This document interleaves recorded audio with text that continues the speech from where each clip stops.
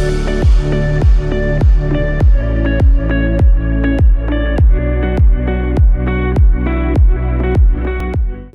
यीशु के जिंदा और जलाली बाबरकत नाम में आप सबको सलाम। मेरा नाम कैरल सैम है और मैं शुक्रगुजार हूँ पास्टर सिसल जॉन बरकत की कि जिन्होंने मुझे मौका दिया कि मैं आप सबके सामने खुदावंद के ज़िंदगी बख्श कलाम को पेश कर सकूँ।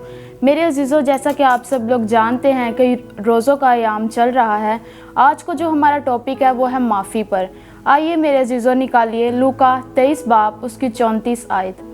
कलाम मुक़द्दस में यूँ मरकूम है, यीशु ने कहा, ऐ बाप, इनको माफ़ कर क्योंकि ये नहीं जानते कि क्या करते हैं। मेरे अजीज़ों, खुदा यीशु मसीह ने ये कलमा किसके लिए कहा, इसका मतलब क्या है और आज हमारी ज़िंदगियों में इसका क्या मकसद है, आइए देखते हैं। ये कलमा मुआफ़ी का कलमा है। यसाया 53 बाब 12 आयत, जिसमें लिखा है, उसने खताकारों की शिफायत की।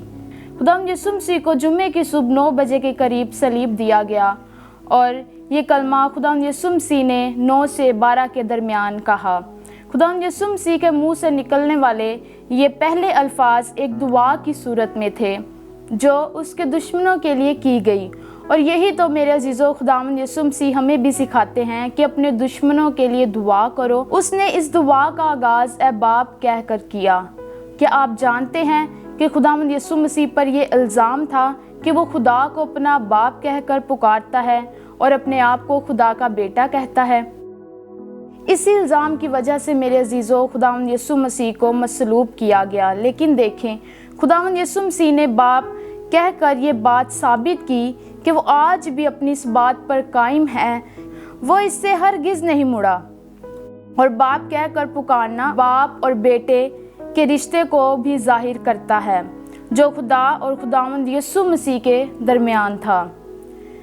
क्योंकि ये नहीं जानते कि क्या करते हैं। अब हम इस बात पर गौर करते हैं, क्योंकि ये नहीं जानते कि क्या करते हैं, इसका मतलब क्या है। ये जुमला गुनाह की गहराइयों को मेरे अजीज़ों जाहिर करता है, क्योंकि ये नहीं जानते कि क्या करते हैं। गुनाह हमें किस तरह दलदल में धकेल रहा होता है, हमें इसका बिल्कुल भी अंदाज़ा नहीं होता।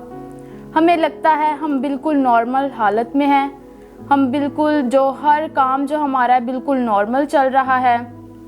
लेकिन गुनाह अपने आप को लिए हुए हमारी ज़िंदगी को गहरा मतलब कि बुरा असर पहुंचा रहा होता है और हमें इसका बिल्कुल भी पता नहीं चलता। आप कितने गुनाहगार हैं और गुनाह का आपकी ज़िंदगी में कितना बड़ा किरदार है, इस बात का उस वक्त हमें पता चलता है जब आप कलाम की रोशनी में आते हैं। कलाम मुक़द्दस में लिखा है कि लोग इसलिए नूर के पास आना नहीं चाहते ताकि इनके काम जाहिर ना हो जाएं।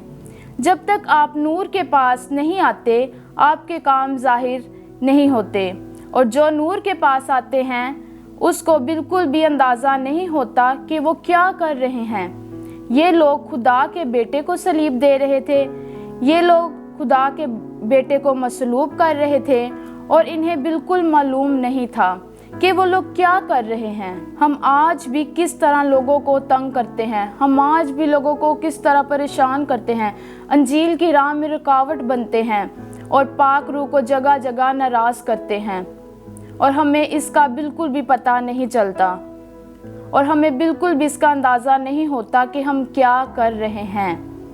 आए इस बात को हम देखते हैं, समझते हैं कि खुदावंद यीशु मसीह ने ये दुआ किसके लिए की। सबसे पहले देखें, 3 करैक्टर्स हमारे सामने आते हैं। सबसे पहले हम लोग देखते हैं रोमन फौज को। क्या रोमन फौज या पिलातूस के लिए? क्योंकि रोमन फौज ये बिल्कुल नहीं जानती थी कि वो क्या कर रहे हैं। वो जिस आदमी को मसलूब कर रहे थे वो नहीं जानते थे कि वो खुदा का बेटा है या वो यीशु मसीह है या वो बादशाहों का बादशाह है। वो किसको मसलूब कर रहे हैं ये उन्हें बिल्कुल भी मालूम नहीं था। ये उनका रोज़मर्रा का काम था, क्योंकि वो रोज़ाना बहुत सारे लोगों को सलीब देते थे। पिलातूस को ये तो पता था कि ये एक रास्तबाज शख्स है, ये एक बेगुनाह शख्स है, वो ये जानता था, लेकिन वो मसीह और खुदा के बारे में यहूदियों की थियोलॉजी से वाकिफ़ नहीं था। दूसरा, دوسرا جو ہمارے سامنے آتا ہے وہ آتا ہے عام عوام، اور اس کے بعد تمام عوام تھی۔ یہ لوگ جانتے تھے کہ مسیح کون ہے اور خدا کون ہے، یہ اس تھیولوجی اور کنسیپٹ سے واقف تھے، لیکن یہ یسوع کو مسیح ماننے کے لیے تیار نہ تھے۔ خداوند یسوع مسیح نے معجزوں کے ذریعے اور خدا کی قدرت کے ذریعے ان پر بار بار ثابت کیا کہ وہی مسیح ہے، لیکن لوگ پھر بھی ایمان لانے کے لیے تیار نہ تھے۔ انہوں نے ان تمام معجزوں اور ان تمام باتوں کو، اس قدرت کو جو یسوع مسیح نے دکھائی تھی، رد کر دیا۔ تیسرا ہم لوگ دیکھتے ہیں سردار کاہن۔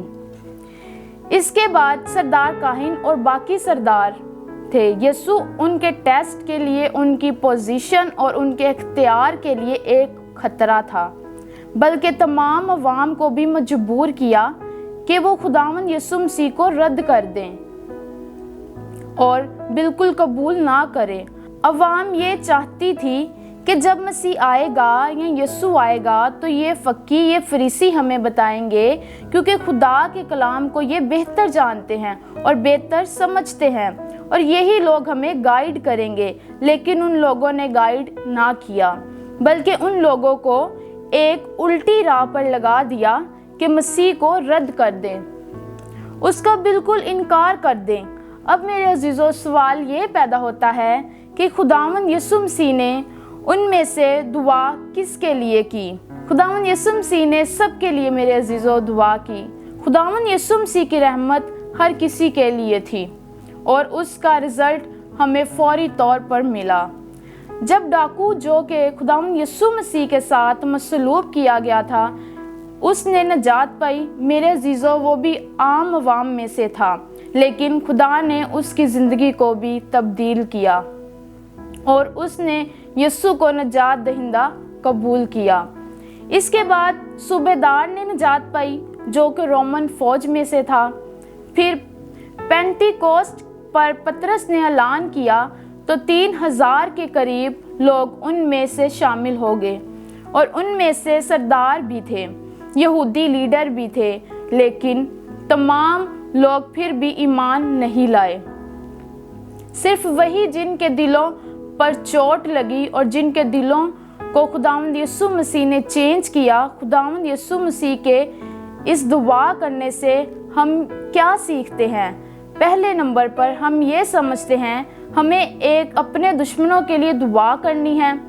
خداوند یسوع مسیح نے کہا اپنے دشمنوں کے لیے اور اپنے ستانے والوں کے لیے دعا کرو۔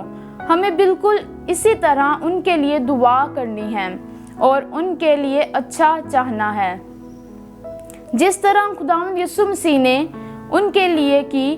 اس کے بعد ہم سیکھتے ہیں کہ مسیح مذہب ہی ایک ایسا مذہب ہے جو معافی کو سکھاتا ہے، جو سکھاتا ہے اپنے دشمنوں کو معاف کرو۔